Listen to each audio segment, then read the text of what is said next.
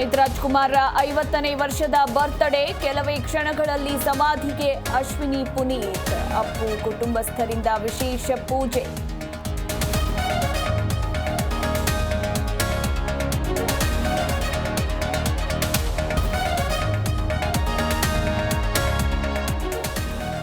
ಮರೆಯಾದ ದೊಡ್ಡಮನೆ ದೊರೆಗೆ ಭಾವುಕ ನಮನ. ಅಭಿಮಾನಿಗಳಿಂದ ಅನ್ನದಾನ, ರಕ್ತದಾನ ಶಿಬಿರ. ಅಪ್ಪು ನೆನೆದು ಕಣ್ಣೀರಿಟ್ಟ ಲೇಡಿ ಫ್ಯಾನ್ಸ್.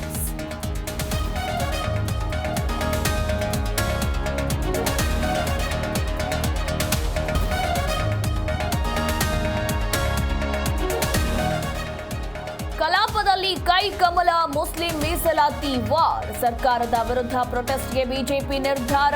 ಸದನದಲ್ಲಿ ಗದ್ದಲ, ಕೋಲಾಹಲ ಸಾಧ್ಯತೆ.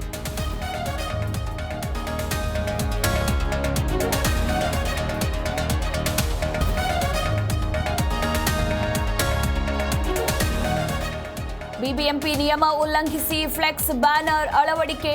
ಪಾಲಿಕೆ ಸಿಬ್ಬಂದಿಯಿಂದ ತೆರವು ಕಾರ್ಯಾಚರಣೆ. ರೂಲ್ಸ್ ಬ್ರೇಕ್ ಮಾಡಿದವರಿಗೆ 5 ಲಕ್ಷ ದಂಡ.